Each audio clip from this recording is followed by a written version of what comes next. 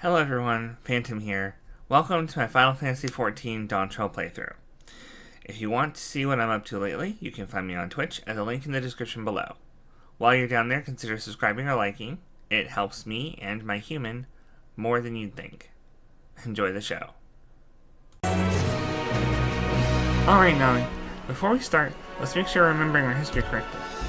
Mamook and Chabral fought for centuries over the land in the upper forest.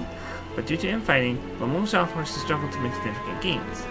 In order to promote cooperation, the Kubiko and Boniwa clans intermarried, and that's how blessed siblings were first conceived. With that in mind, let's talk to the people and learn why they rely on blessed siblings.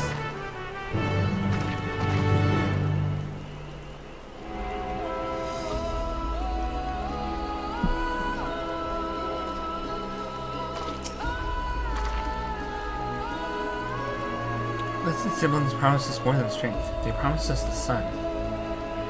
This forest is dark and inhospitable.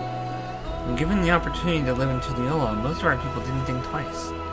Still, the prospect of being among so many outsiders was intimidating enough to keep many of us here. Blessed siblings are meant to deliver us from this accursed forest and to lead us to the fertile land above, where we might make a place for Mamook to abide in peace and plenty. So you desire fertile land, one that's all your own.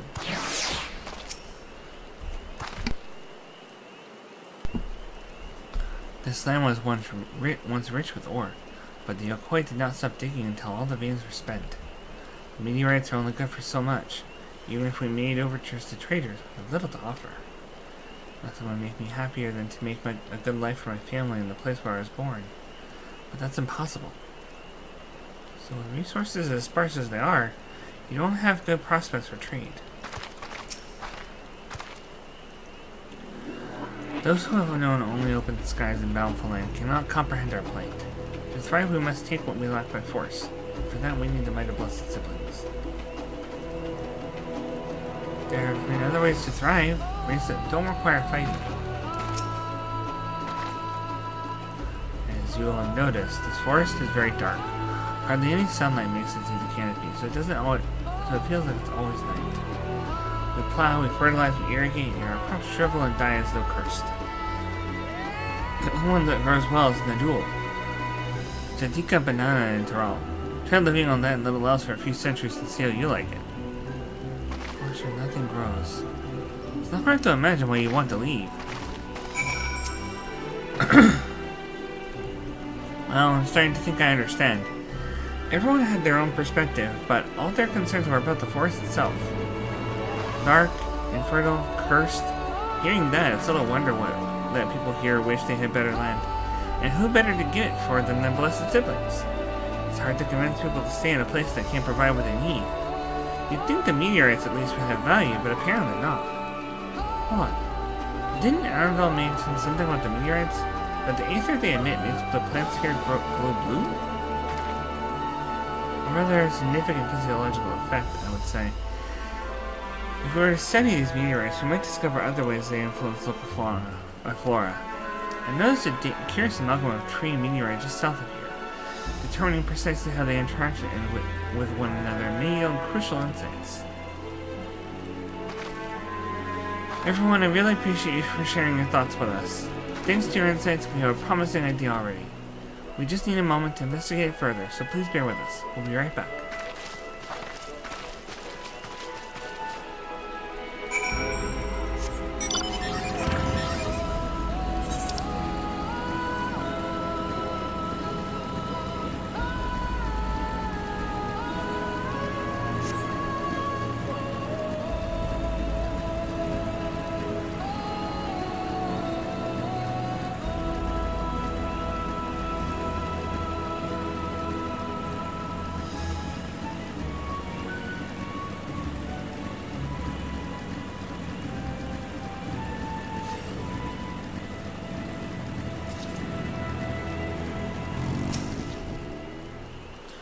What a remarkable tree.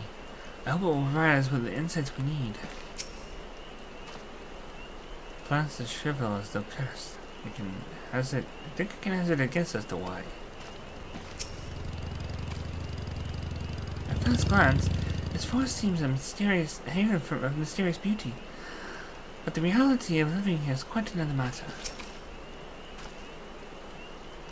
I had known that Yakdal was battered by a veritable deluge of meteorites long ago. Or, I had known that. But I never considered how their presence might be affecting the environment.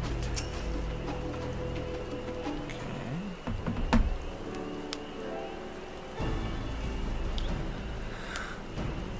It really is incredible how a tree could support such an enormous boulder.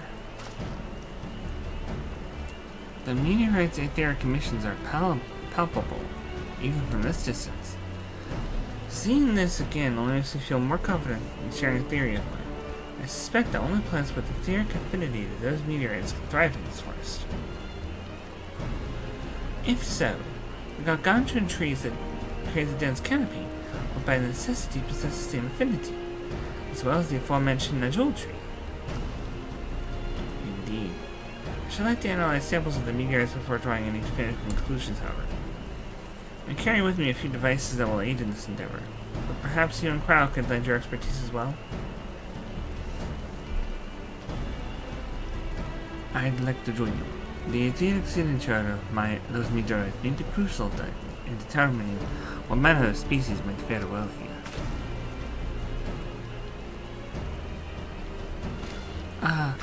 I think I see what you're getting at.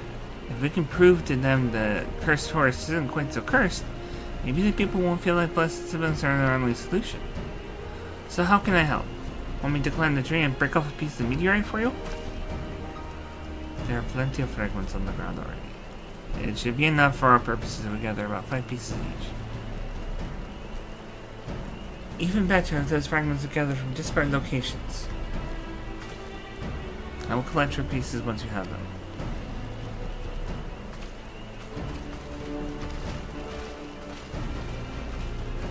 Let's do it.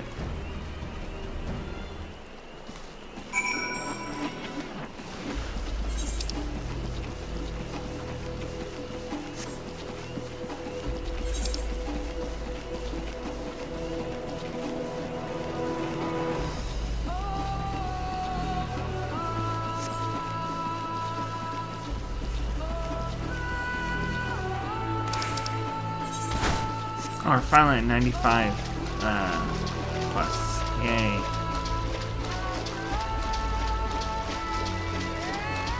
Only 2 hours before I'm going to end the stream. And so that stupid delay, I wasn't able to stream all the MSQ I wanted to today.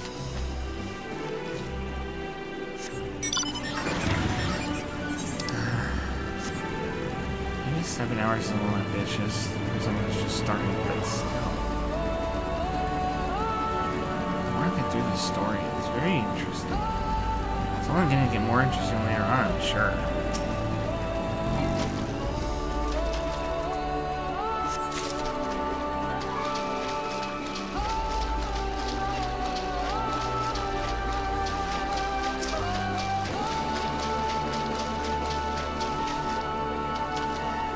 I mean, to be fair, it was Endwalker, but 84 or so is where Endwalker just hit the gas and kept going.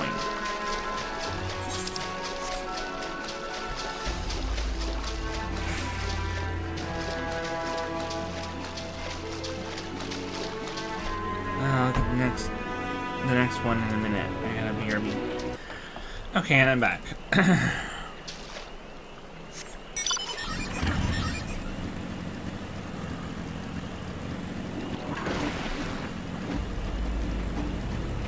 We are.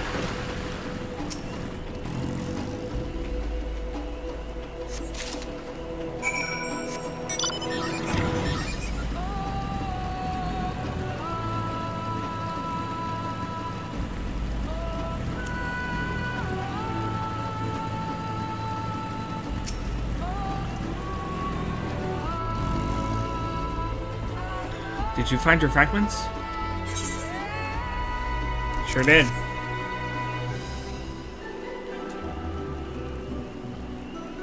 Much obliged.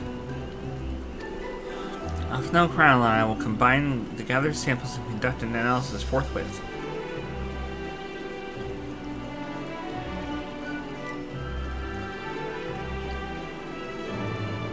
Determining the wavelength may take a while, but I'm hopeful that our efforts will bear fruit.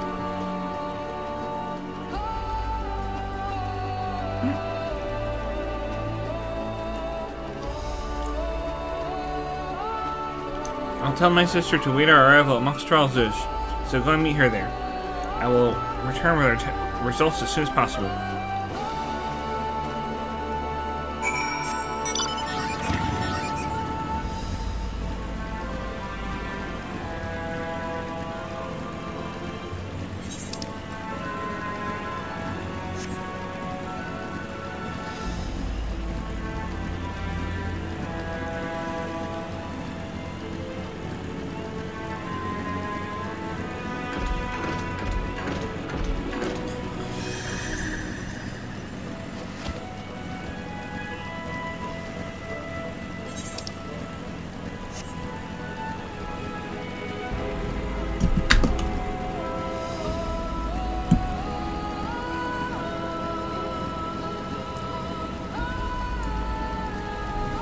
There was nothing happened, nothing dropped.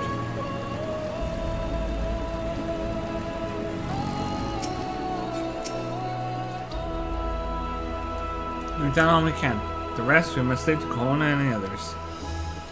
I don't know the first thing about those Charlene devices of his, but they can be of help to Mamook. I'm glad he has them. There's hope for this forest yet, now that I can feel it.